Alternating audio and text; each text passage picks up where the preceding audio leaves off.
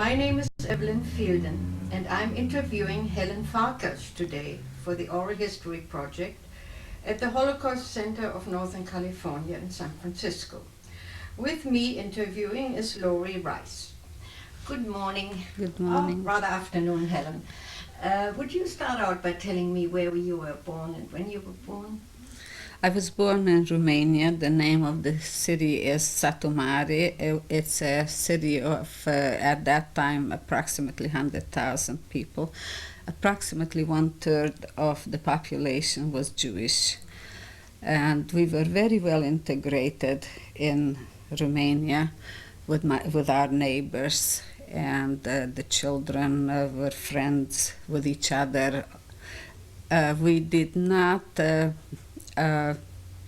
intermarry, but we had a friendship that lasted from childhood until the Holocaust started. Then the fear of what was going on changed them because they were afraid. I should start with the fact that during the Romanian era, we had a good life. We didn't have particular problems. Of course, it was always when the parent had to discipline the child, he or she would say, "Watch out, because I'll call the Jew." But we were used to it. It didn't bother us. But we were not persecuted as such. So we just knew that it exists, and we were good neighbors, and we had no problems with that. In 1940, when the Hungarians marched in the 5th of September, evidently Hitler gave them back Transylvania. This part of the country is called Transylvania. It's on the border of Hungary. And very, very shortly, once we became Hungarians, the persecution of the Jews started. First it started that we daily saw in the newspaper the orders what the Jews have to do or they may not do. Slowly the doctors could not practice, lawyers could not practice, people in government were released of their profession or jobs, and certain orders came out daily in the newspaper. One time we had to give in the radios. Every Jew had to submit their radios. Of course, they were not paid for it. And at that time, a radio was like a month earning of a family. So what they didn't want us is to hear what's happening in the world. However, I had a young brother who was at that time 19, and he had a small radio, which was even more expensive than the big one. And he just took the chance and did not give in the radio.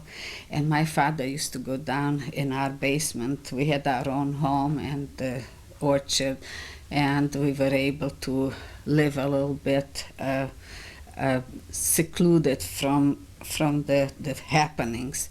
We even, my brother and some of us even tried to make a bunker in our backyard, but then the neighbors discovered that we're doing it, and we abandoned it when we heard what's going to happen. My father used to go down with a little radio in the basement. He put down a needle or a pen of some sort, and he was able to catch in American. He knew some English because he was here before the war. For 4 years he lived in New York, and he knew some English, and he was able to listen to Voice of America. And he used to come up from the basement with the terrible news that Jews were found thousands of Jews were found dead in ditches, and in Poland they were doing this to the Jews and that. And we thought my father went out of his mind. We just could not conceive that it's possible in the 19th century something like this could, or the 20th century, something like this could happen.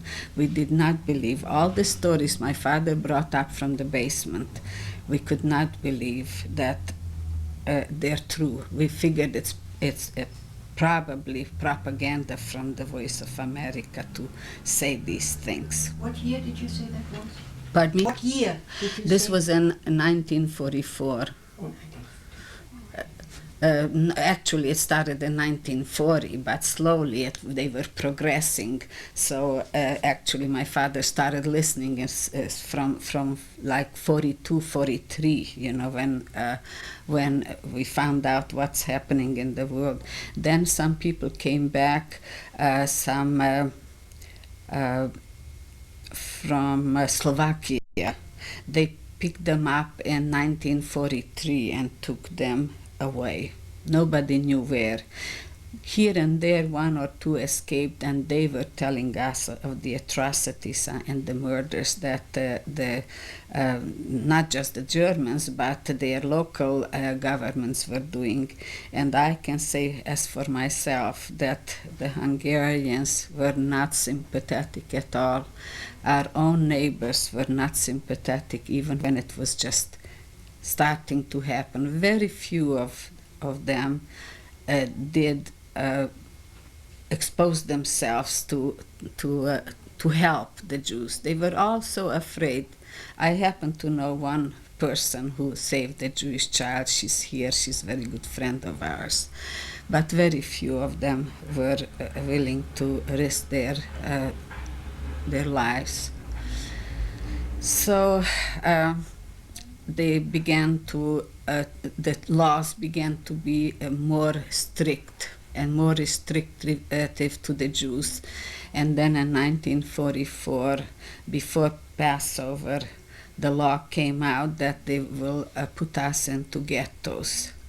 And it so happened that my sister lived in the area, in those few blocks that they designated for the ghetto. And we started bringing in food and hiding food because we didn't know what's going to happen. And in 1944, right after Passover, we were interned into the ghetto. The elders of our town, the temples, they were the ones that carried out the laws. I presume that they didn't know what they were doing because they did it. They probably had no choice, but they were the ones that organized with their help, was organized the ghetto. With their help were we shipped to Auschwitz. They didn't give us any food. It was mostly the food that was brought in, so we shared the food. I remember after 3 weeks we ran out of yeast, for instance. I mean, the people in the ghetto. We shared. We were lucky we had the food in the whole apartment of my sister. We lived 3-4 families in it. My sister, her mother-in-law, father-in-law, their son, and he was to be shipped out for forced labor like every other young man. But occasionally he was there, and he was living there. My parents, I was living there, my brothers. So we were terribly crowded in a one-bedroom apartment. Thousands of people in a square 3-4 blocks. So when the time came and they started shipping us out of town, presumably for work, they said that we will work in factories, and so we all feverishly started packing whatever we were able to bring in from our homes. We locked our home, and we brought bedding with us, so we feverishly started packing. We were allowed so many kilograms to take for each person, and I wish they didn't allow us anything, because when they packed us, into those cattle cars, there was no room. We had to sit on our own belongings. So I made it real short with the ghetto, because all we spent there was from 3 to 5 weeks. The last ones that were to be deported were there only 5 weeks.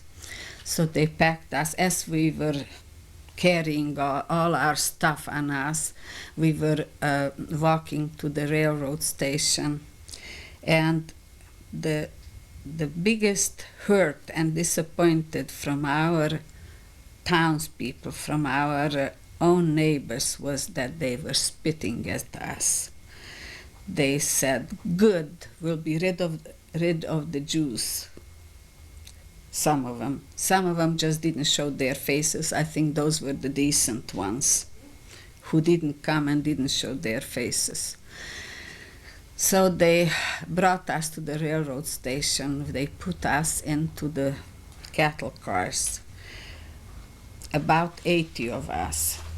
And we had no room to move at all. We had to sit on top of our belongings. We had no way of relieving ourselves.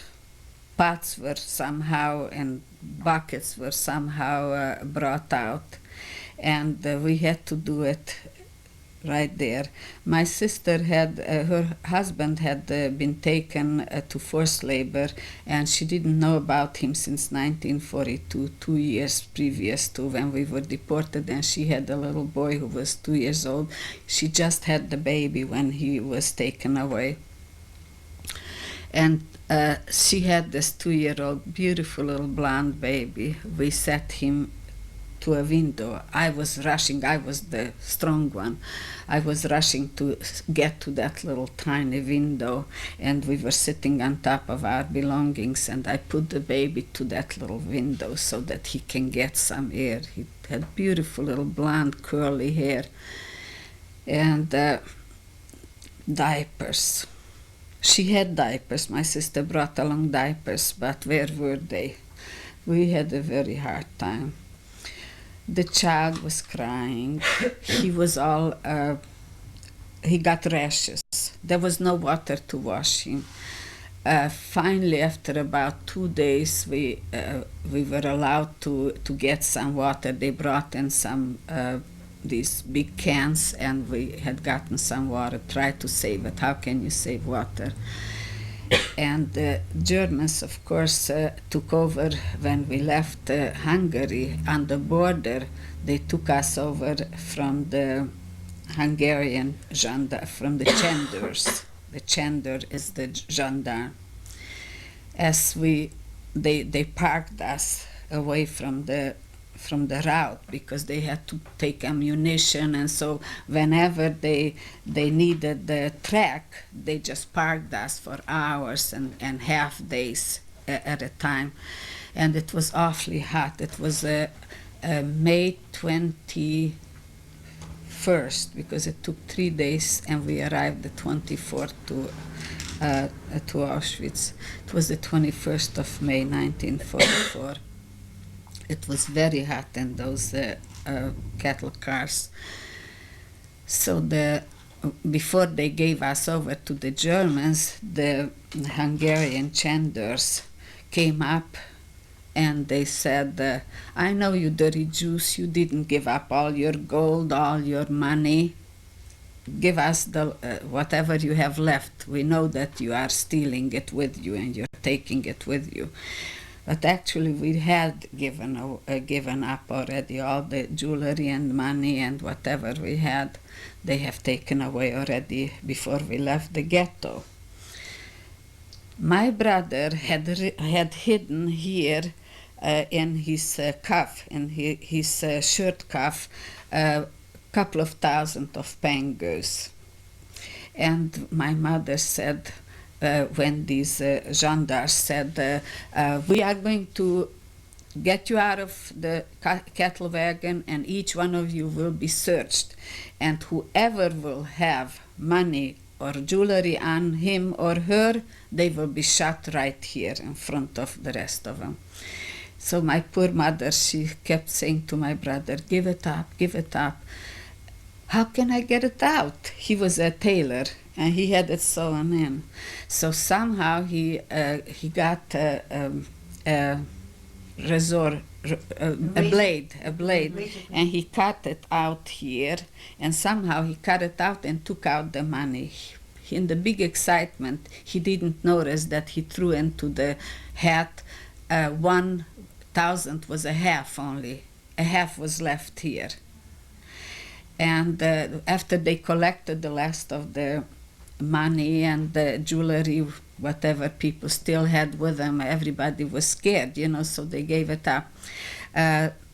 This gendarme came up dangling the 500 bill, and he said, where's the other half of this? Who dropped this in the hat?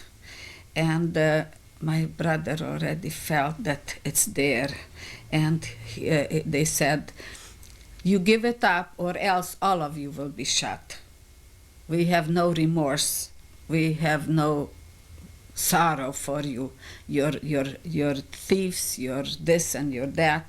So my brother was about to stand up and give the other half, and I pushed him back, and I took the half and I said, it's here.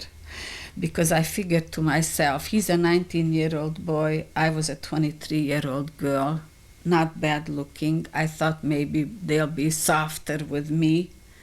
They're not going to shoot me for that 500 bill.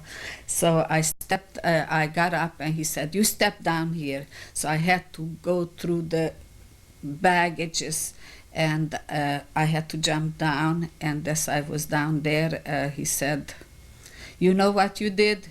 You disfigured the money of our republic, and that is a crime of death, and we warned you. And so I said, I'm sorry, I was too scared and too upset, and they started beating me as I was standing by the cattle wagon. As they were giving me slaps, the cattle wagon gave me the other. They really gave me a very bad beating, and then they called me names and they said, okay, go back. So my mother was relieved because she figured, it was still better than if they shot my brother. They gave us over to the Germans, and in a few hours we continued. We had no idea where they're taking us because nothing leaked out, not at home, not in the papers, nothing except what my father kept saying that he heard on the Voice of America. We started to believe, and we started to be very fearful, but still we just could not believe even then that they're taking us to annihilation, they're taking us to kill us. It was terrible. Those 3 days and 3 nights in the cattle car was hell. Lots of old people were crying, and you could hear sick people. Some of them were shouting, oh, he's dead, he's dead. So apparently there were some dead ones too, but we were much too busy when we arrived to check who's dead or who isn't. We just kept together, our little family, and we shared whatever we had. We had Eierkirchel with us that was close. My mother said, we're going on a train, we don't know where they're taking us. We have to have some Eierkirchel, something to eat. Can you repeat what that is? That's made out of flour and eggs. And what do you call it? Eierkirchel. Oh. So that was, it was nourishing, yes, it was nourishing. So my parents were kosher, but before we went into the ghetto, my father bought some ham for the children so that they don't have to be kosher, they need some good food. And he was able on the black market to buy for lots of money. So we brought along a ham, and the Eierkirchel. Water was something that we needed terribly, and we had it only occasionally. And so we shared what we had. we got from others what they had. Some had some fruit. We had the eierkichel and the ham.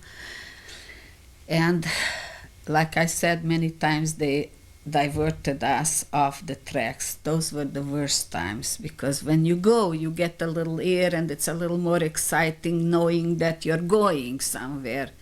You know, you can't just die of thirst, of heat, of exhaustion, and not being able to stretch out, not being able to lie down. So the fourth day, in the 24th of May, we arrived to Auschwitz. We didn't know where we are. They opened up the cattle cars, and we saw these young men in striped clothes and striped hats with no hair. They were shorn, and they shouted, the Germans with their guns. They were all shouting, "Aus, aus, mach schnell, mach schnell." So we had to jump out. But as we were trying, each of us, to save something to bring along, my sister was running for the diapers. I was running for my mother's medicine. She had a little box with medicine, and I was running for the medicine. The young man with the striped clothes and Yiddish, they kept saying to the young women who had children, they kept saying, "Give your child to an older person. Give your child to an older person." My sister said, "They're crazy. What do you mean, give my child to an older person?" My mother was there. Her mother-in-law was there. She's not going to do that. So as we came off, we jumped off the cattle wagon. We still wanted to retrieve some things. You know, they started beating us back. So the baby was crying because of all the excitement. My sister's mother-in-law grabbed the baby, and I had a pink pretty handkerchief, and I was going, "Yurika, look," trying to quiet him. And it took just 2-3 minutes, and my sister and I turned around to retrieve some things from the cattle wagon, and they were already beaten off to the left. And we saw them. My sister started to run, to run for her baby, and a German soldier hit her with the butt of his gun, and said to her, go back, Finveraya." They started shouting 5 in a row. We had to, right away, immediately, we had to line up 5 in a row. And here my mother is going that way, my father, my brother, and my sister's mother-in-law, father-in-law, the baby. And she's trying to run again after the baby. And again she's beaten back. Meanwhile, we find ourselves in front of a gorgeous-looking, elegant, high-ranking officer, which we found out was Mengele. We went through, and he was looking at the faces, the bodies, and he was asking certain people how old they are, and he was just making a wave like this, right, left, right, left. We had no idea what was happening, but my sister was thrown back here, and I was thrown back over there, and some people, from young women, friends from our hometown were also thrown this way, and they were hysterical for their baby.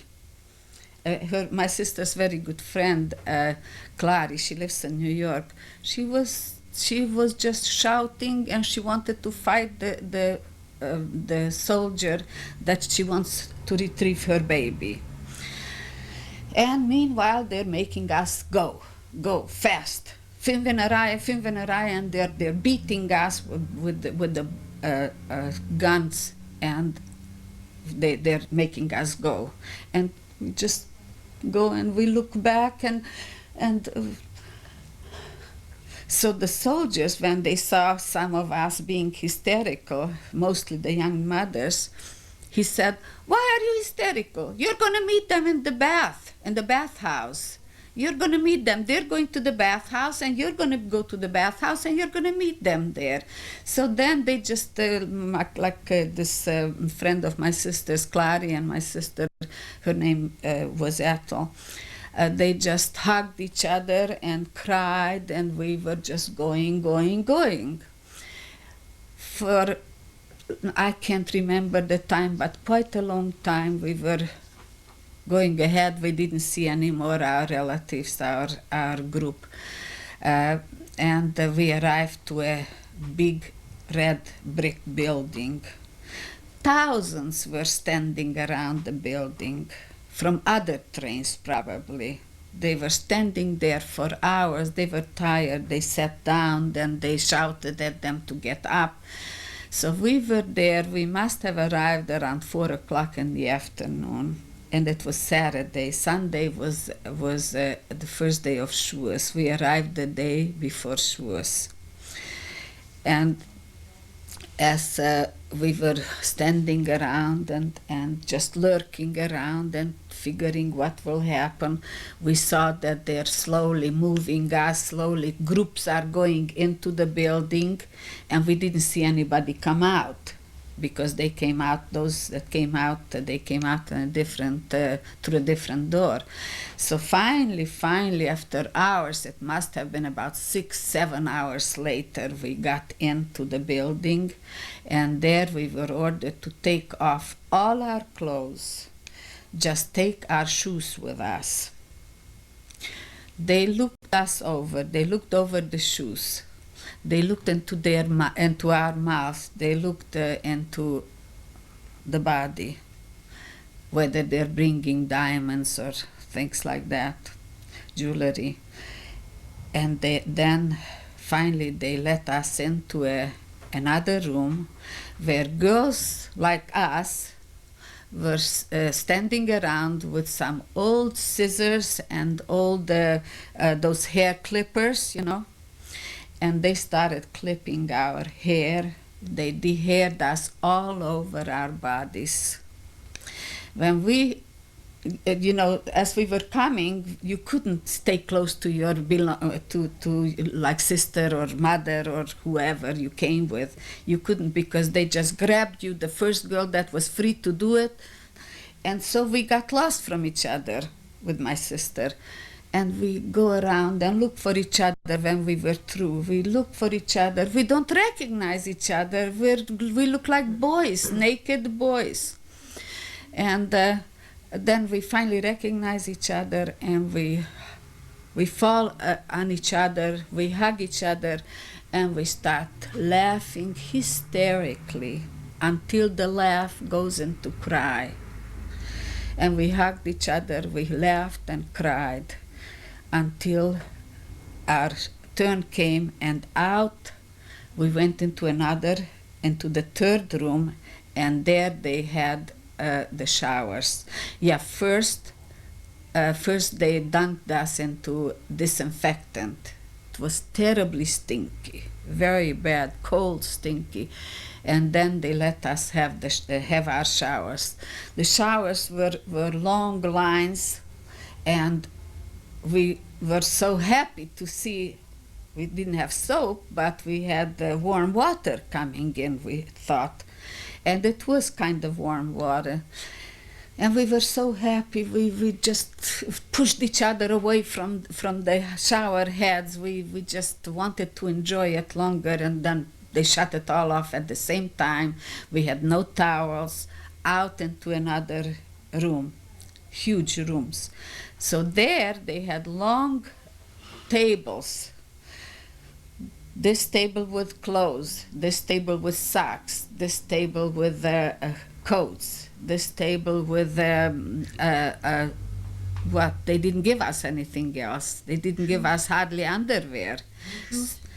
The shoes, we had our own. See, we were to bring our shoes with us into the shower. So as we had to go, and they handed us out. Nobody looked for size, color, or anything. Each person, as you went by the tables, you were handed. The socks were mismatched purposely. that they gave us. The dresses were whatever you got, either too big or too small. And some of us got some coats, but they ran out of coats very fast, and some of us didn't get any coats. I didn't get any coat. And so we went out, and outside we started dressing ourselves. I got a black jersey dress, which luckily was very long. And I was very thin at the time. I was a young 23-year-old. I had a very good figure, very thin, tall. And the jersey dress was this long. So right away we figured out that we can tear off a piece and tie on our heads because it was very cold. In Auschwitz, the days were terribly hot. The sun was beating us. It was just hard to believe how very hot it could be in the daytime. At night it was very cold. So it must have been around 3 o'clock in the morning when we finally got out, and we changed clothes. We helped each other and ourselves, you know. So finally, around 3 o'clock or so, we were all ready. They marched us. They marched us to Lager C. It was called Barrack C. There they had 31 barracks. They were made of wood. They were the first barracks that the Polish prisoners were building, the Polish Jews. 5 years previous, they brought them there. And they were the ones that they made them build these barracks, and then they lived in them. So they emptied them, and when we arrived in these 31 barracks, there was 1,000 minimum people in each one. There was nothing in barrack 31. My sister and I, we happened to get into barrack 31, but there were, from number 1 all the way, it went like this, and around. Lager C was a very big, it was, I don't know how many acres of land, but the middle of it was for the Germans, and each one of the barracks had a little tiny room, and that was for the Blockeltester. They called Blockeltester the Polish women who were given to us as overseers of us. And they had to be very tough. They were very tough, and they had to be, or else. So they marched us in. There was nothing. It was dark. There was nothing. We went around feeling. There was nothing but mud, because it was raining the day before probably, and the earth was all muddy. In the middle there was an oven, but I heard and I found out that there was never fire in those ovens. They were red brick ovens. Those who came in first into the barrack, they ran and occupied places, on the oven. It was long. It was supposed to be heated, and then it would heat the whole barrack, but it never saw fire. It was never heated or heating at all. So my sister and I got in, and we felt that we're going in mud, and we were terribly tired. My sister, she just lost her baby, and she couldn't stop. She saw that we didn't find our parents and the baby. She just kept crying and crying. Then I couldn't let her. She got her period too from the big excitement. I couldn't let her sit in the mud. So I said, you know what? It makes no sense that both of us should sit in the mud. I'll sit in the mud. You sit in my lap. She was smaller than I. So she sat in my lap, and we had to sit. We were over 1,000 people. We had to sit very close to heat, to warm each other also. And because we didn't see, it was so dark, we didn't know how much room we have. We just tried to warm each other. We didn't know each other, a lot of us, but we just, the body, needed a body to warm you. So around 5 o'clock it started to be light, and we started to recover and look around and see what's happening here. About 5:30, this woman who was our block-out tester came out, and she very sternly warned us. She was a Slovakian Jewish girl, and she started to warn us that we should better behave, because if we don't, then she has to give us out. And she told us, I have been here for 5 years. I have seen a lot of misery. I am one of those who built these barracks. We were in the rain. We were in the sun. We were in the terrible weather of this area, but you at least have a roof over your head, and I will see to it, if you're good, if you behave yourselves, I will see to it that you get food and that you have it decent. But if you're going to give me trouble, I'll have to give you trouble. I have to control over 1,000 people. I am in charge, and I have to account to the Germans. Grace, you will see her, she will come. She's a beautiful blonde lady, we discovered. I am responsible, and she is very mean. She is very cruel, and if you are going to rock the boat in any way, you'll be under the boat. So we found out later that she wasn't a bad person. As a matter of fact, she was a good person. She tried to do the best for us, but her duty was to keep us in control. And here we were very hungry. How can you keep some people in control when they are so terribly hungry? After one or two days, we started feeling hunger. Before that, we were upset and hurt and surprised and you name it. So the very first morning, she ordered some of the girls to go into her room and bring out 16 sticks. She had 16 sticks about this high, and she had them laid down, and she started choosing among us. Those that were like myself, I was tall, I seemed to be strong and young. The age, by the way, that Mengele let through was supposedly from 17 to 35. We were chosen not to be gassed. We were chosen to work. So that was the age group that was with us in Auschwitz, in all of the 31 blocks. And these were just women? You're talking about just women now? Only women. Okay, thank you. The men were somewhere else. So she chose 16 girls, and she handed out the sticks very sternly. This is your duty. You girls are going to be my helpers. You're going to be the Stubdiensten. Dienst in the German means servant.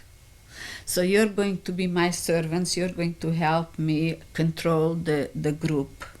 And you're going to have to use these sticks whenever it's necessary. So when she finished and she went back into her room, my sister and I looked at each other and we said, we can't do it. So what is there to do? They let us out, they let us out a free block. That means you can go and mix yourself with all the 31,000. So we decided, since nobody knows us yet, now is the time to put down the stick and disappear from this block. We discovered friends that used to live in a town where my uncle lived, and they told us that they are in Block 10. Then I discovered my future sister-in-laws, my husband became my husband after the war. His two sisters were in Block 10. And we discovered that they have bunks. We no longer have to be in the mud. So we went and we went in, and of course it was full too, to the brim. But as others were beating each other for the bunk, so were we. We had to beat our way onto a bunk. And slowly everybody found, some, if not in this block, they found in the other block. Then they found relatives and they exchanged. We were in business, I tell you. Some of the clothes were exchanged. Some people had a needle. You'd sell your piece of bread for a needle. We were handling constantly. So we had our place already. And once you settled down, it was pretty much your place. Very, very seldom would somebody beat you out of your place. So the first or second day we discovered my sister, my older sister, who lived about 300 kilometers away. She lived in Kolozsvár with her daughter. Now her daughter was 16 years old. She was well developed, and she somehow slipped through Mengele. He did not notice that she had a limp. If he would have noticed her, she had several surgeries on her knee, and her foot, one of her foot was a little shorter and thinner. But somehow she was wearing pants, and somehow she slipped through. And when we saw my sister, this was my oldest sister, she was 36, 37, very nice, good-looking, tall woman. And like I say, her daughter, she had a beautiful little face, and even with no hair, she looked like a cute little boy. So we were terribly happy. And they happened to be in the block 12, so we brought them over to block 2. We exchanged the place on the bunk, and we were able to, all 4 of us, be on the same bunk. Life in Auschwitz was, yes, I failed to mention that first day, this Blockeltester, when she was explaining to us where we are and what we are to be doing nothing until you are chosen to be taken somewhere for work. She said, if you don't behave, you know where you're. Do you see those chimneys? Do you see those fiery smokes that come out? Do you smell the smell of flesh? Yes, we did, but we were not aware yet. The first morning, we weren't even out yet. She put us up for Zählappell. The Zählappell was something that happened every single morning and every single late afternoon. We had to line up in 5 rows, and usually it was the same people. We chose each other. So we chose a Slovakian girl to us when we were in block 10 from the second day on. And she was our line, our 5th to the line for as long as we were in Auschwitz. We had to have someone that you knew and you got used to, because we had to share a bread. Every evening after the Zählappell, we got bread about this size, and they said that half of the bread is sawdust. But who cared? It tasted wonderful, because we were terribly hungry, and we had to divide it in 5 equal pieces. Now with what? We got a spoon, we got, when we came to Auschwitz, they gave us a cup and a little schissel. We called it a schissel, and they had holes, a little bowl, like a cereal bowl but larger. And they had holes, and we each got or made ourselves from our clothes a string, and we wore it, because otherwise you don't have it with you when you need it. So we were wearing the cup, the bowl, and the spoon, we just tied it around. But what we discovered, that we need a knife terribly, badly, we have to divide the bread. So the first days, all of us, we started making the end of the spoon. We made it on stone. To make it into a knife. So all of us had our spoon was our knives, and with that we had to divide the bread, but so equal that each little crumb had to be so. So we were responsible for each other, all five of us. Now that we were all together, all four of us and this Slovakian girl. This Slovakian girl told us a lot about what happened to her when they took the Slovakians. She got away, and she told us a lot of atrocities what the Slovakians were doing to them when they took them out of in like a no man's land. There were no houses. They killed them. They tortured them. They raped them, and all these things she was telling us. So we know firsthand that those things really happened, but we didn't know about them before we were already incarcerated ourselves. Everything they were able to keep. There was no television, and not too many people had radios, and then they took away the radios, and in the newspapers they never mentioned anything. I today wonder how they were able to battle all these atrocities that they started in the late 1930s till 44, because that's when we were convinced that all of that was true, what my father heard in the basement. So in Auschwitz, the daily happenings were, they got us up, it was still dark, around 5 o'clock. We had to stay for hours, 5 in a row. If somebody didn't feel good and sat down, then our block tester tried to ignore it, but she often would say, "Girls, you've got to stand on your feet, because if you'll be discovered, you'll get 25 lashes."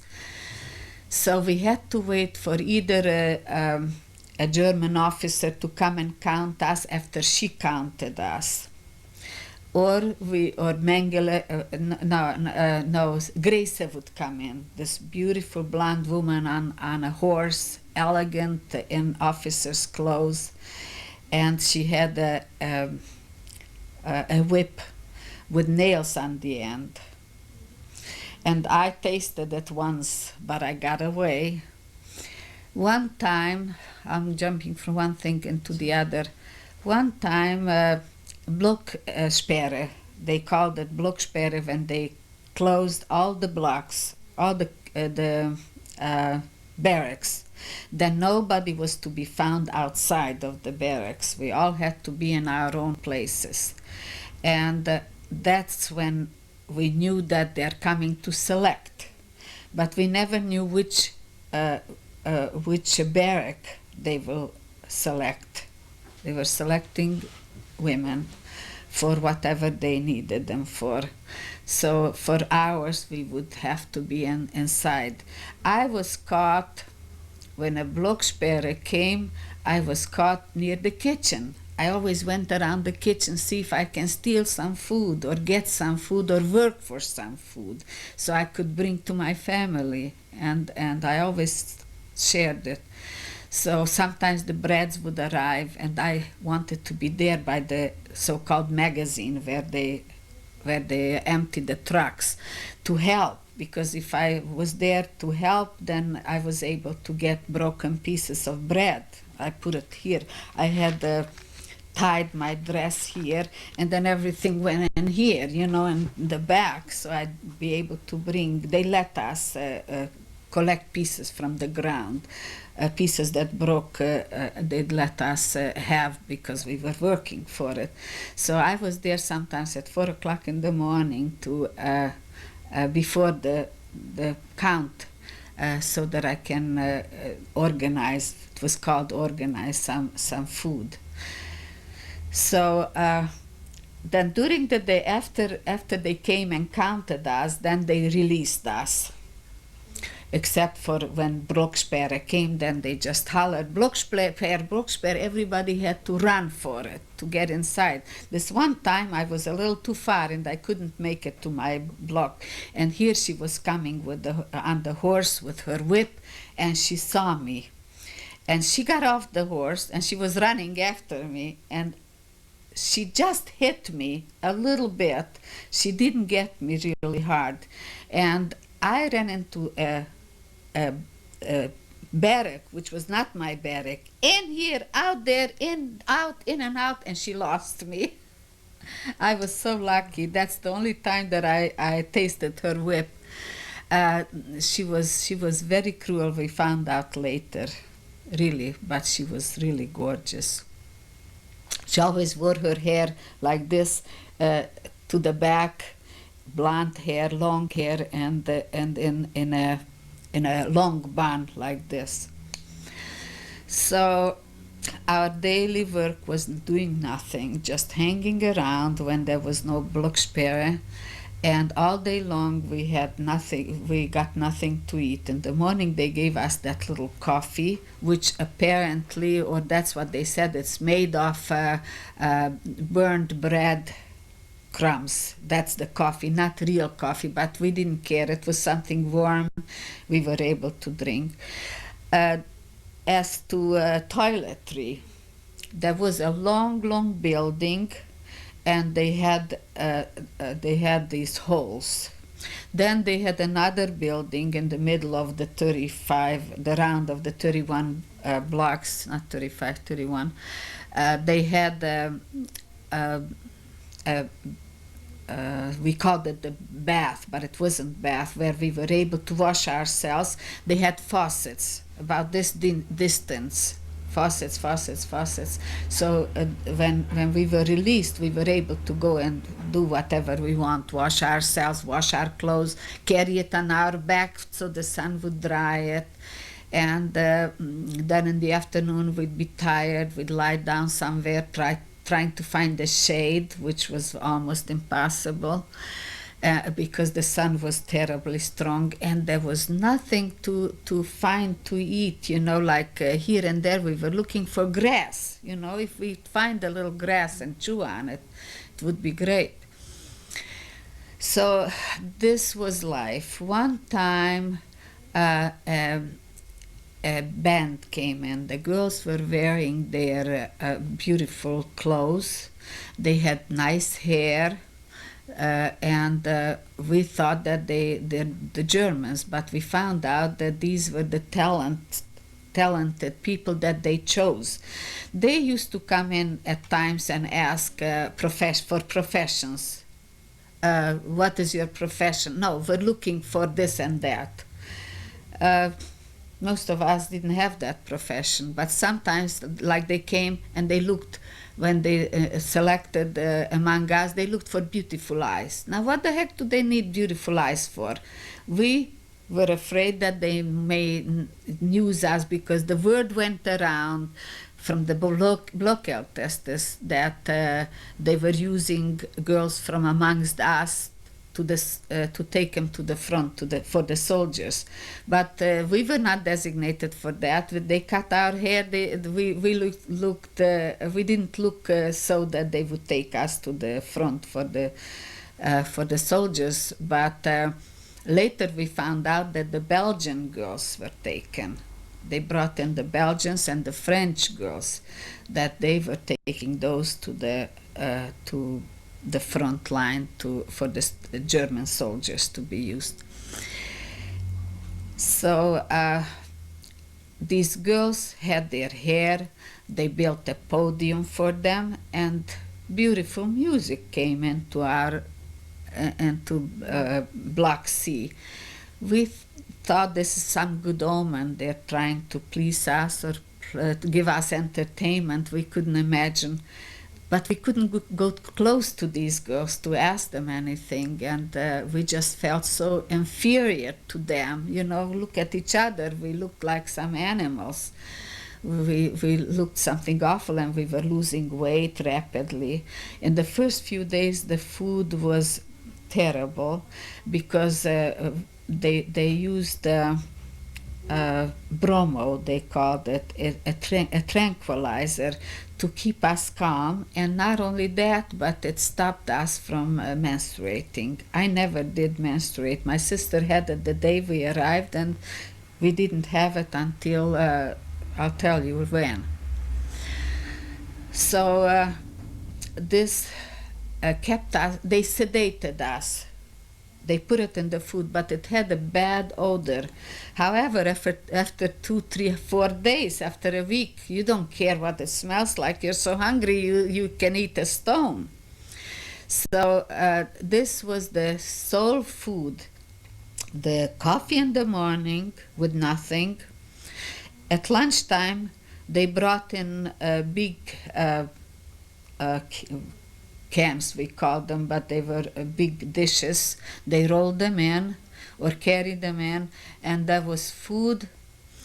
It was grass and cabbage, and here and there a sliver of meat from canned food. And we were very happy if we found a potato now and then in our food. And they perhaps threw in some margarine in it. They must have kept us on a very low calorie diet. We just didn't die, but we were hungry all the time. At night they gave us that one loaf of bread for the 5 of us, a square piece of margarine, and sometimes we would get a little square piece of cheese, sometimes a little marmalade. And that was the sole food that we would get there daily. The cheese, my sisters and I, we couldn't eat it most of the time because it was crawling. It had those white worms in it, and the French women, they loved it. They bought it from us. They gave us bread for it, or thread, or whatever they could salvage. So whenever we got the kind of cheese that was going away from us, we sold it to the French women. They said it's protein, and it's wonderful, and it keeps them alive. And they didn't feel the way we felt about, even though we were hungry. We just couldn't eat that kind of cheese. So that was the daily food and the daily doing nothing. And then there were some young people who were weak mentally or physically. They got to the point where they got to be psychotic or something. We had to deal with them. We had to talk to them and hold them down, not to run to the wires, because the wires had the electricity. If you just touched it with one finger, it would kill you right away. And then after a few weeks, we heard that, they found here a girl that hung on to the wires, and they found her dead, and here and there some of them would commit suicide. We were selected. We had to be very careful that my niece wouldn't fall into selection. So when the Blocksperres came and we somehow found out which barrack is going to be selected from, we tried to escape into another one. We would shelter each other, because we were afraid that my niece will be eliminated. What we had to do was undress completely naked and have our clothes on an arm and walk through in front of these doctors who selected us. So we were able to get away a few times, and a few times we couldn't. So we made a plan that my older sister and her daughter will go first. And we will manage it so that before my sister's daughter, before my niece comes, one of us will make some kind of bracket, So we decided the best thing is if my sister goes, no. Best thing is if Ethel goes. the one that lost the baby. Then Irene goes, my niece.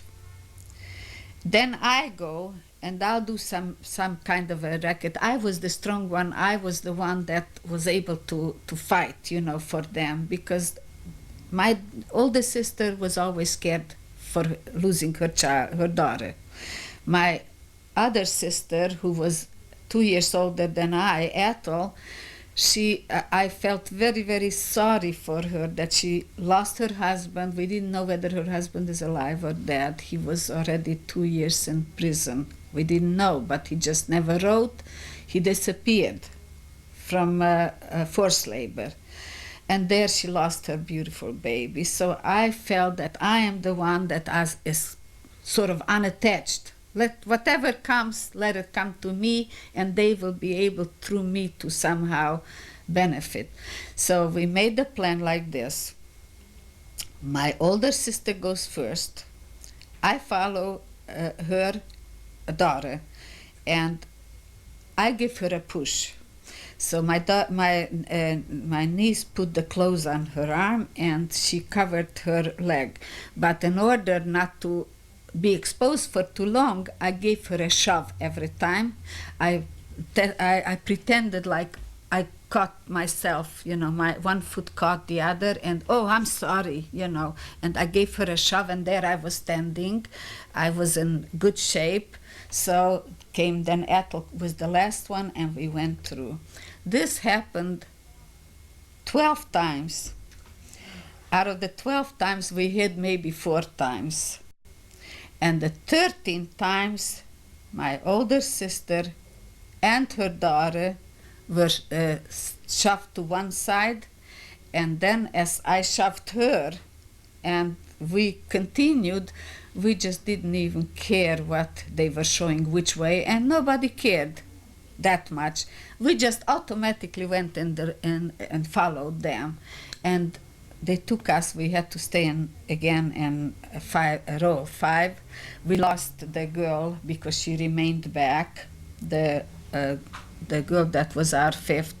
So we got somebody else, and they took us to a bathhouse, and we had a bath. We got some clothes when we came out, and they took us to the railroad station that same day. And they put us not into cattle wagons, but a regular train. And we thought to ourselves, this was already in October, we thought to ourselves, they're taking us to freedom. Look, we're treated like human beings. We got coats, we got the shoes we didn't get. The shoes were always the same. Those who had no shoes, it was too bad for them. They had to live without shoes. So they put us into these beautiful trains, and we were very happy, and we started to sing, and of course all through the days, what did we do? We reminisced of the past. We had no future, but we had a past. And they didn't let us out, of course. The Germans were with us, and we arrived to Silesia. I don't remember exactly whether it was 2 days that it took or a day and a night. I can't remember, 45 years back. But we arrived to Silesia. It's called the Silesian See. And there they got us off the trains, and they took us with some new Wehrmacht. The SS gave us up to Wehrmacht. Now we thought that is also a good omen. Our life will be better now. We're out of Auschwitz. We don't smell the flash. We don't see the fire and the smoke coming from the crematorium chimneys. We definitely will have it better. So we were very happy about that. So they marched us to Birkenau. It's a close by village. And there in 2 silos, they had straw, nice deep straw, and in the middle they had a huge round heater. And winter was coming. It was cold already in October, and they put us down. They gave us food, and the next morning at 5 o'clock or so, up, sail lapel, out we go. So How they many took. of you were there? Pardon How me? many? Oh, 2,500 of us. They brought 2,500 of us, and they divided us into two silos. And next morning, they marched us out into the field, into a field. It must have been about 4 kilometers away, which is about 3 miles or so. And on the way, we were able to pick what the peasants left there, Brussels sprouts, you know, the sticks. We just were running out of the line of 5. We jumped out and we grabbed some of here, and the others grabbed there, and we were able to chew something, eat something, and it was good food, even though a little bit it was frozen, but it was still food, you know. So how long was that? Until we ate it all up. So we arrived to this outside of Birkenau, and there were a group of men in civilian clothes, and they were the engineers who took us over to teach us what we are to do. So we started. They gave us shovels and instruments to work with. We had to start digging. They called it Panzergrabens, 4 meters on top, and it went down like this, and a half a meter in the bottom. We found out that these we have to build so that when the Allies or the Russians might come, then their tanks will fall in and they can't come out. So it was a trap that they had us build. So we worked there, and in the morning we got our little coffee, and at noon they brought us with a cattle wagon. They brought us the food, but half of it was out already, because as it was coming, it was always spilling. So there wasn't very much food, but they gave us a cupful of food, and then we worked. And during our work, we always try to get together with those we love and with those that we feel good. We made friends with women. One woman, for instance, was a very rich man's daughter from the same town that my sister was. And my sister knew their store. Her parents owned a big magazine with clothes material for men's suits and men's clothing and women's suits. They were very wealthy people, and she had a very beautiful childhood. Every year she was sent to Europe with the school, and in Europe, not to Europe, in Europe to different countries to study. And she had all these beautiful experiences that we only read in books, and we became very good friends. So she was reminiscing and telling us about things she saw in Paris and things she saw in London and things she saw. To us, it was like she was on the moon, because we grew up in this little town, and how far did we go? Once in my lifetime I went to Budapest, and to my sister 300 miles away. So it was pleasant to spend the day with someone you love, with someone that could teach you and tell you things, so that the time goes better. Being hungry all the time, and being cold and being hot and whatever. And then we also were exchanging recipes. That was the worst thing because we felt even hungrier than we were with the exchanging recipes. And then we talked about music, and we talked about theater, and we talked about whatever was we were trying to bide our times. But winter came. The earth froze. We could not work with our shovels and picks any longer. They had to bombard the ground. They put powder, and the ground was blown up, and then we had to shovel it out and throw it out. Some of the kids became, especially the young ones, we had to start watching the young ones because they were already so tired and so exhausted and so hungry, and they slowly lost their belief in the future, you know. They thought, we kept always talking that yes, we have a future. We kind of lectured each other, but meanwhile we the stronger ones kept an eye on the young and the old. Well, what was the old? My sister was one of the oldest. I'm in that age group. My older sister, her name was Miriam.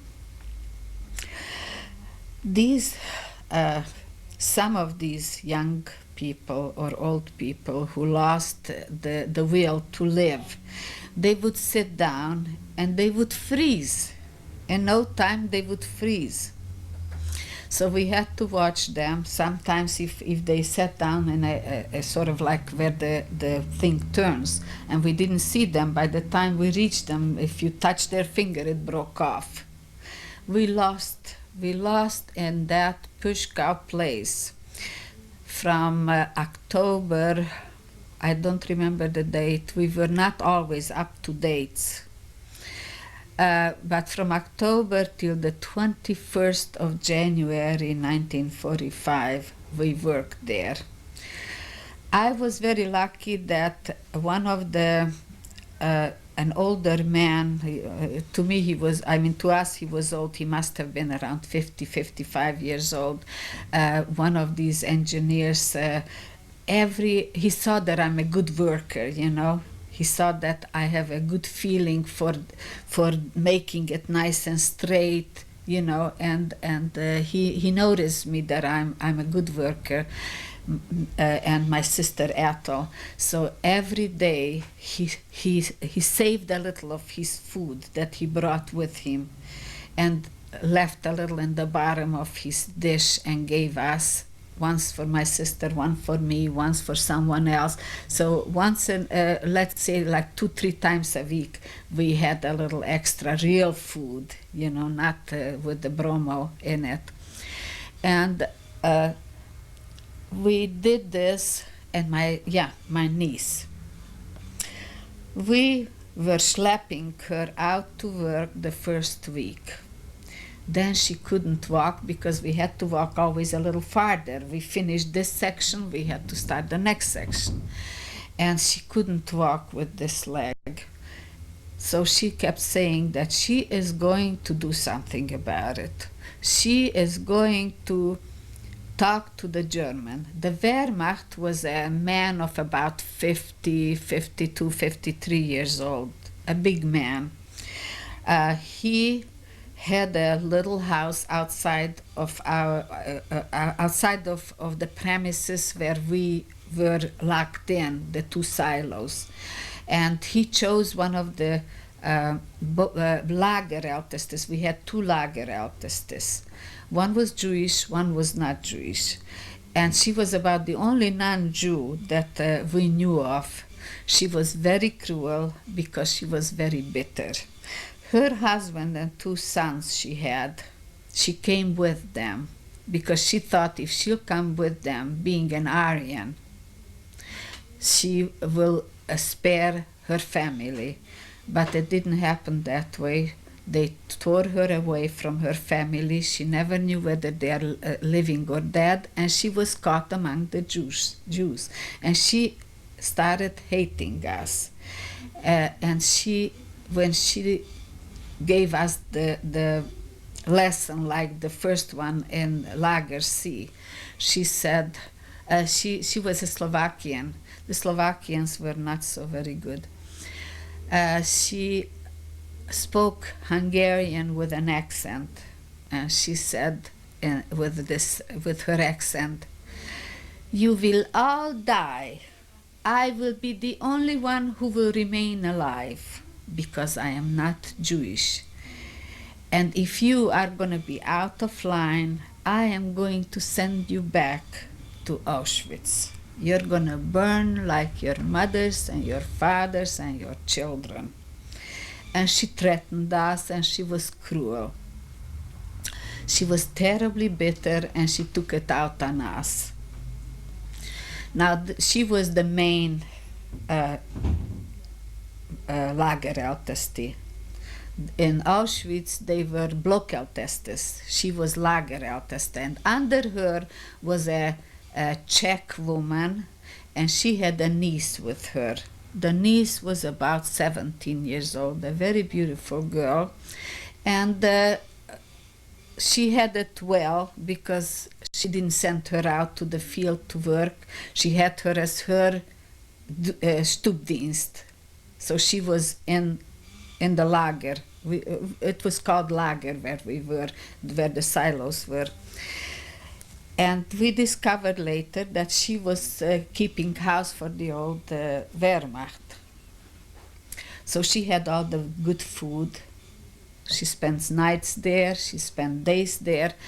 And my niece said, "If she can do it, I can do it. I don't want to take her job away, and I can't because she has Julcia behind her. But I would like to arrange with him that he lets me stay on campus. That he let me stay. I will show him my leg."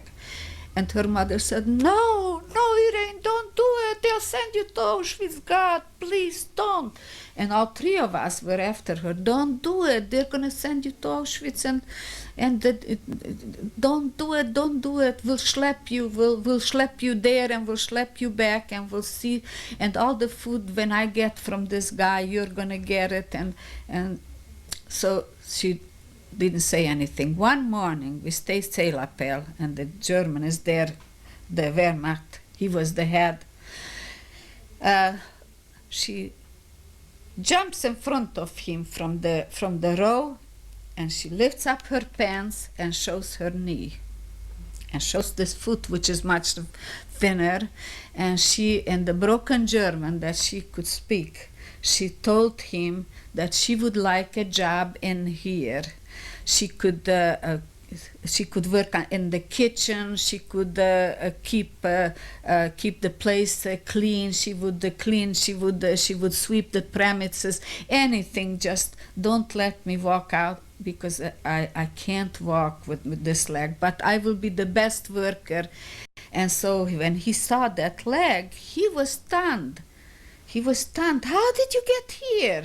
You know, going through the selection of Mengele, going through the selection of Grace, going through all those selections. How did you get here? You were supposed to be dead when you arrived. So he was stunned, but like I say, he was not a Nazi. He was a Wehrmacht, and he said to Julcia, her name was Julcia, the non-Jewish, the Lagerälteste, "You find a job for this girl, let her work on the premises." So she said, "Jawohl." He left. She said, "Come out here." She started beating her, slapping her right and left, and beat her up.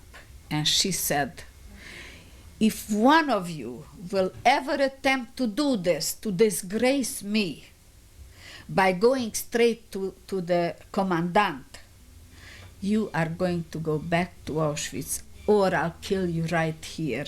Don't ever any one of you dare go in front of the German. I am the boss here. You come to me if you want something, but don't you dare from now on. Nobody come to me. You're here to do a job, and what you have to do, you do it. And don't you ever..." And nobody dared. Nobody. So my niece remained on campus. She was hanging around hanging around the kitchen. Every night when we came home, under the straw covered, there was a little food she stole from the kitchen, or she got. She's a very sweet girl. She lives in a kibbutz in Israel. She has a beautiful disposition. She's a very, very friendly, nice, sweet person, and she was only 17. So she was able to steal food and hide for us, and beside that, she was the one that she was one of those. There were 2,500 of us, so she was one of those who were dishing out the food. Every night when we came home, we had to have the tzelapel. After tzelapel, we got the food. And she was always looking for mothers to give a little more. Not only her own mother, she didn't give us more, but for her mother a little more potatoes. For someone else who was a mother, gave her a little more potatoes. And she was collecting for us the shell of the potato, the peel. She was collecting peel, and she was hiding it, and she was giving it out after the dinner was over, when we were free to lie down or go warm ourselves, or we washed out something, we would dry it there by this drum heater, and then she would give them a little potato peel. And she was trying to help wherever she could. She's a very good person even now. So this was going like this till 21st of January. At that moment we didn't know the date, but we found out later. We lay down to sleep. Yeah, and I might mention that when we came to Birkenau, each one of us got a blanket, and that blanket we covered ourselves at work if we were cold, or if it was raining or snowing. That was our shield. And at home in the silo, we covered ourselves with it. When we lay down to sleep that evening, all of a sudden they come in and they say, turn on the lights, everybody dress up, pick up your belongings, and we're going to leave. But meanwhile, I left out something. About 6 weeks previous to that, what happened was, after we arrived from work, they lined us up, they took blood samples from us. They took blood from us. We were trying to figure out what do they need it for. Then some said, sure, they need it for their soldiers. They need our blood for the soldiers, for the wounded. Then they came back, and certain people were chosen whose blood they had, and they put the name on it, although we were nameless. All through the time that we were captive, we were nameless. But when they took the blood, they took the names. My older sister fell into the group that they have typhus. All of these, their blood came back that they have typhus. So my older sister was drawn away from us, and they brought some prefabricated 2 little houses, and they put them in there. My sister was put in there with 4 other girls. They had bunk beds there, and they got straw, and my niece, being on campus, she stole some more straw and gave it in through the window, because they locked them up and only the window was being opened to give them the food and to look in on them. Did any of these people appear to be sick to you? Were they sick at that time? No, we did not see but then they became very weak because they didn't have a chance to walk. They didn't do any exercise. They were lying there and with that little food. But my sister was lucky, and some of those that were with her, because they shared. My niece was all day long, she was going around finding food and giving it through the window when nobody saw, you know. So my sister was sharing it with those kids. However, lots of people were brought in frozen. Then they had to make like a hospital. So some of the girls that were getting to be weak, they took them from there to the hospital. So the 21st of January, when they started the evacuation, they said, everybody out. Now here we were worried about my sister. She's locked in. How are we going to get her out? So what they did was, there were about 2 left, my sister and 2 other girls. We kept an eye what they're doing, where they're taking them. So they took them to the so-called hospital, where the frozen ones was. Now they had nothing to treat them with. There were a few doctor women amongst us. What they did was they went to the kitchen and they got a margarine paper from margarine. And they rolled it around their wounds, on their feet, on their fingers, on their hands, to try to keep it covered, and the margarine perhaps helped it somewhat, but they had absolutely nothing to treat them with. So when we saw all this, the Germans were running around, and the Blockhälteste and the Stubdienst, everybody, they don't know what's going to happen. So everybody out of the barracks, out of the silos, take everything that belongs to you and set yourself in line of 5. We went and we stole my sister out of there, and she was in our row. And late in the night, it must have been close to midnight, they handed us out regular loaves of bread, what the Germans were eating. The same bread they gave us, a loaf of bread, every one of us. So apparently they were not prepared for this, because it had to happen very suddenly. They lined us up, they gave us a bread, and they started marching us. The bread, 1 loaf for each of you? No, a loaf for the 5 of us. See, we always had to set ourselves up 5 in a rij, 5 in a row. So they started marching us. Now what happened was, they had to get rid of the ones in the hospital. So they couldn't, they probably didn't have any orders to shoot them or kill them there, but they couldn't leave them behind. We later found out that the Russians were coming.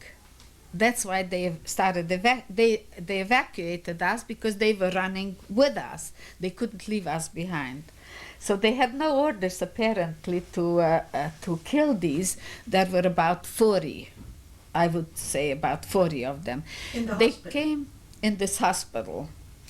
They came with wheelbarrows, and they set these poor sick women in their wheelbarrows. Some of them had blankets, some of them didn't have blankets.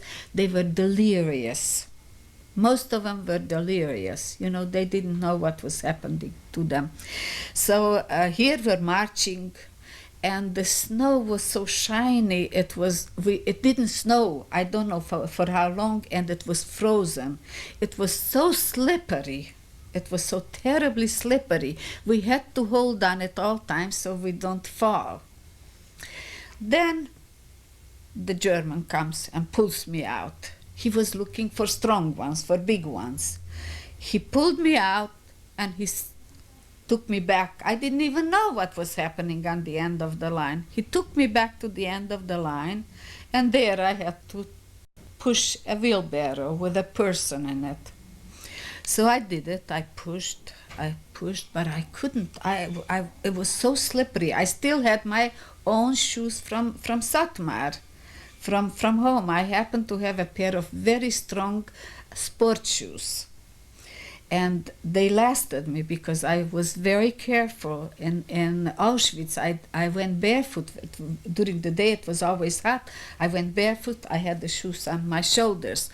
we went to bed on the bunks. The shoes were under were the pillows. Everybody was watching over their shoes. Those that had them, because those that didn't have them stole them.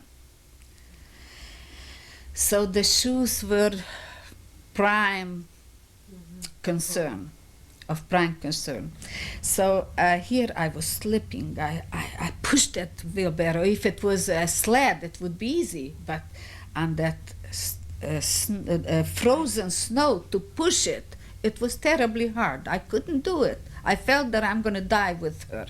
So what did I do? I saved my life. I leave her behind. She's not going to live. She was delirious. She didn't know what I tried to talk to her. She didn't answer. She was just. So I figured I still have something in me, some life left. She's not going to live anyway. I left her behind. So what did the German do? He pulled out another one and set her to push the wheelbarrow. All of us did the same thing. We abandoned those wheelbarrows as fast as we could and run back and find my line. Then daylight came. We were still pushing. I wasn't caught just that one time. Then they stopped us where there was no town nearby. It was like in the wilderness, on a highway. They stopped us. They too needed rest. So they sat down and they ordered some of the women to go and push the wheelbarrows, and they pushed them away, out of sight. We were resting till then. It was wonderful. We were working ourselves. We were exercising to keep ourselves going, because it was very cold. In January in Silesia, it's very cold. So they were out of sight. We heard the guns. They shot them all. They shot them all dead. And they brought back the girls that were pushing the wheelbarrows. They had no shame. They shot them. They brought back the girls. Fine. Now we have no problem. Problem is all solved.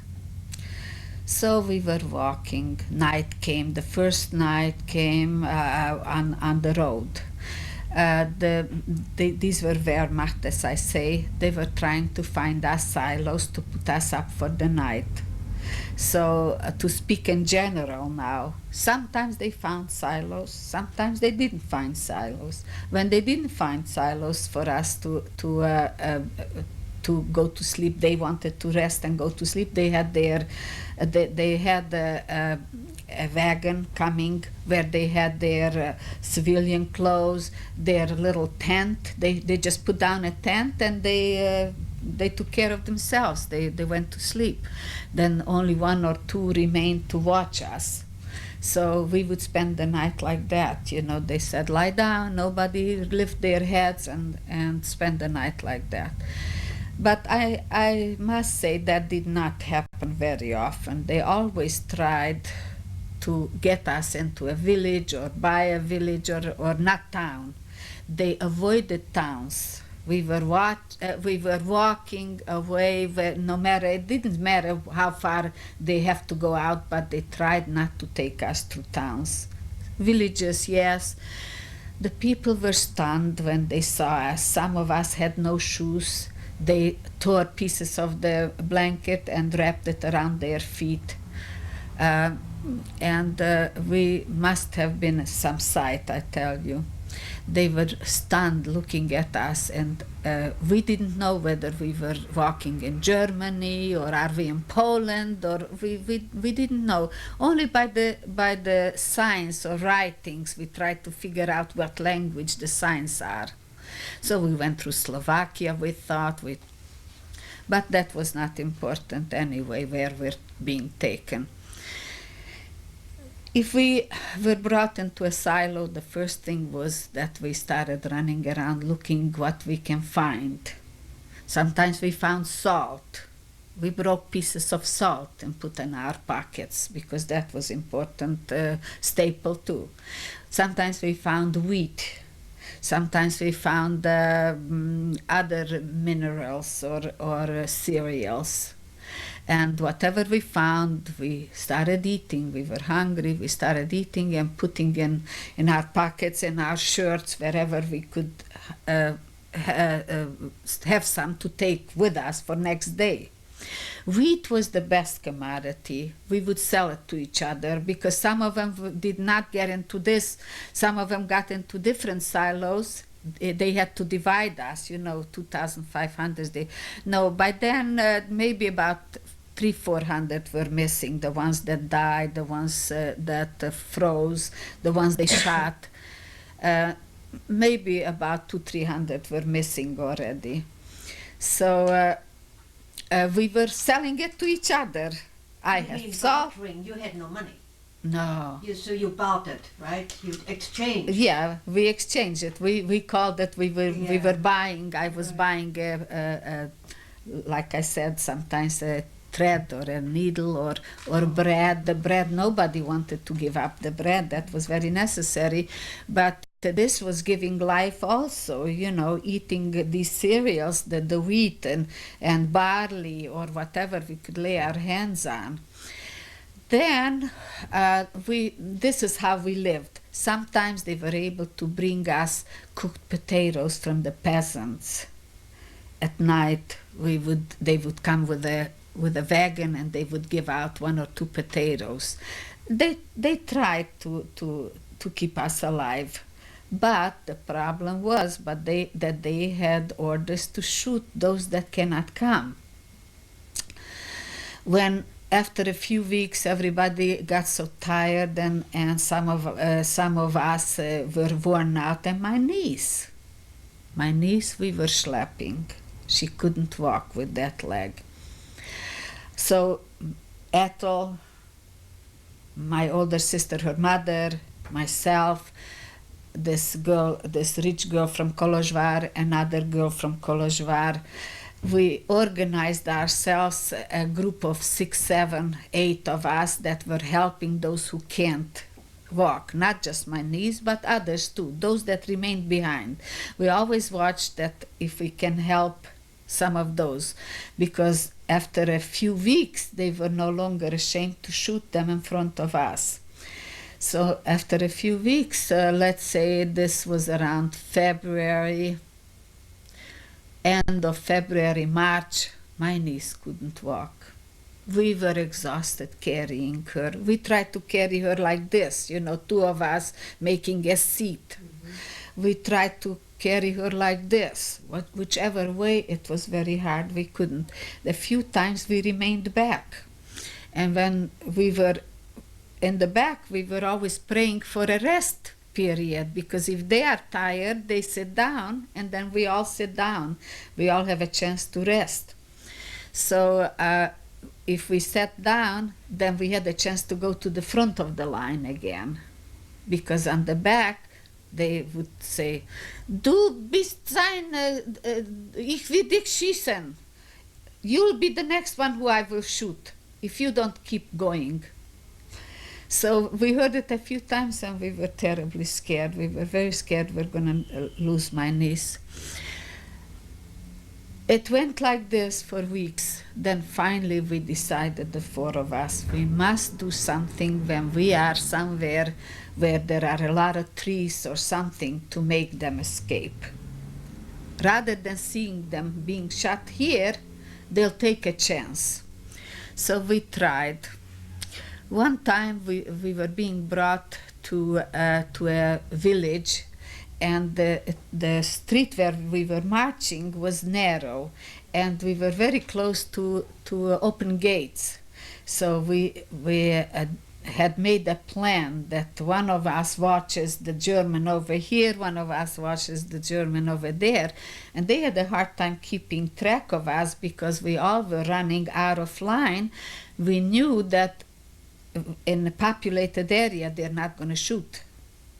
So we were always running out of line. What did I do one time, now that I remember, before I forget to mention? We came to in a village like this, and I said we talked it over with my sister that if you don't find me, I'll be coming. I'm gonna run out and see if I can steal something. So I ran out at a very close gate. I ran right into the house. The house was very close. The door was open. I ran in and there was nobody. It was like a kitchen. The living room was like a kitchen.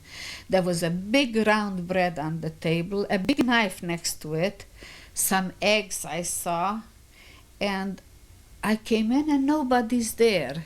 And I said, "Bitte, brod, bitte." Nobody answers. And I'm so stupid. I was afraid to spend time taking the knife and cut a piece of the bread or half of it. Or better yet, I had this blanket. Why don't I take the whole bread? I ran out with nothing. I didn't even grab the eggs. I ran out with nothing. I was so afraid. Such fear took hold of me that I ran out. And when I told my sisters that there was the bread, there were the eggs, and I didn't touch anything, I ran out with nothing, they said, "You're stupid. Why didn't you take the whole bread? Just take it and put it under the blanket." I'm sorry even now that I was so dumb. So, I didn't do it again. But what we did, when we were able to run out of a line like this, was where the villages began, or even in the villages, they had mounds of snow, soil. It depended how the weather was. By March, April, the sun was melting away, and we saw these mounds. We didn't know what they are, but we figured out it must be the potatoes or sugar beets. So we started running for these mounds and started scratching, and they started rolling down, and we started putting them in here. So we were able to sometimes grab, but the potatoes were deeper. The sugar beets were not very deep, so we were able often to run towards for these mounds and come back with sugar beets, which were food, wonderful food. One time we ran into to where these mounds were, and then I saw that some girls are down in a basement. So I ran down, and it was full of cabbage. I don't know how the door was open, or they opened it. I don't know, because when I came down, there were at least 20 girls down there already. So I ran down about 10 steps, and I started grabbing food and putting it in here. I brought a cabbage. I brought about four beets, and I start running up the stairs, and there the German stands like this with his gun. Now he was beating. Everybody was coming out. He was beating right and left. He turned away. When I was coming up, it so happened that he had his legs parted. I ran through his legs back into the line with the cabbage and with all the food. That was some lucky day. So we had, for a few days, we had something to eat, other than if they gave us. Very often we didn't get anything. They put us into silos, and we spent the night with whatever. One time, I will tell you about how we made my sister and her daughter escape, but first I have to tell you, they escaped first, because when this happened, this episode, I must tell you episodes as they come to my mind, without dates, without timing. One time, this next episode that I will tell you, I have to tell you after we made my sister and her daughter escape, because that time only my sister Ethel was with me. Miriam and Irene, we made them escape like this. We talked it over that whenever there is a gate open near the line, one watches here the German, the other there, and the two of them, now Go. No kissing, no goodbye, jump. So they did. We left them. They put us up very close in a silo. Ethel and I, we start crying. God knows what will happen to them. But then, isn't it still better than seeing Irene being shot? We saw so many shots from our hometown. One girl, for instance, we knew her very well. She shouted when they were taking her to be shot. She shouted, "Remember my yard site, remember my yard site when you go home." She was a very, very strong girl, but she kind of collapsed with her sister together. She had a little sister, and they both never came back. I mean, I saw this one being shot. So next morning we get out. We're very sad, and we have to organize somebody in front in the line instead of my sister. My sister and her daughter. What was happening? Whenever we lost people, we had to reorganize the line of 5. You know, that we had to do for ourselves. So we reorganize ourselves. We take 3 other women. We had 2 other women, and we cry a little, we walk, we cry a little more. And then all of a sudden, who do we see in the line? My sister and her daughter are looking for us. When we saw them, we started hugging them, kissing them. "Oh, thank God you're here. Thank God you're here. We were so worried. God knows what will happen with you now that you're away from us." So we were so happy that they are back with us. What happened? Well, they went into a what do they call the place where the cows live? Barn? Oh, barn, yeah. A barn. Yeah.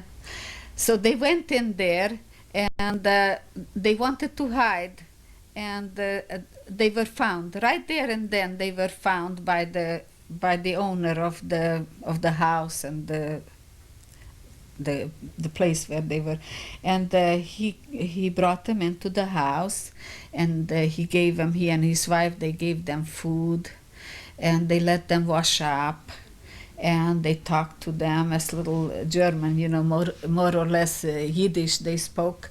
And he said that he's very sorry, but he cannot let them stay. He cannot hide them because it's death for those that hide the prisoners or Jews, you know. So he said, "I have to take you to the Bürgermeister." He took them to the Bürgermeister. They sat there. The mayor. The mayor, yes, the mayor of that village. They sat there in a nice warm office. They brought them food, and they told them that they are very sorry, but they will have to give them to the next group that comes. There's nothing else they can do with them. So they stayed there that day, and that next night, that same night, they spent the night in this office. They were locked in, and at least they enjoyed the hospitality, sort of a thing. And next morning, when another group came by, they were given to this group. It was a small group, and the Wehrmacht, who was the head of the group, called them meine Kinder. My children. He made them walk like we were walking approximately 15-20 kilometers, 18 kilometers a day.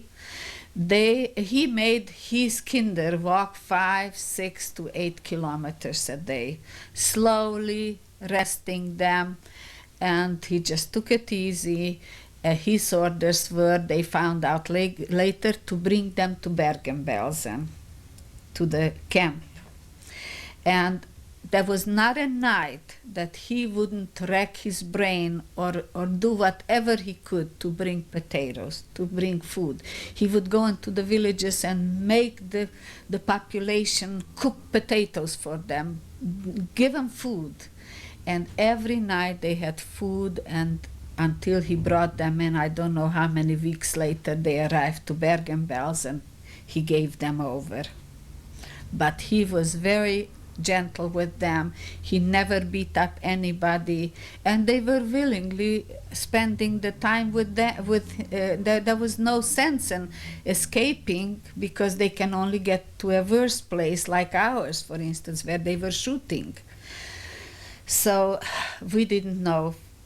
The second time we never knew about my sister and her daughter. Till after the war, but that I will tell you later. Now I will tell you the episode when we were just the two of us, Ethel and I. We were still being evacuated, and the same thing, the same daily life was going on.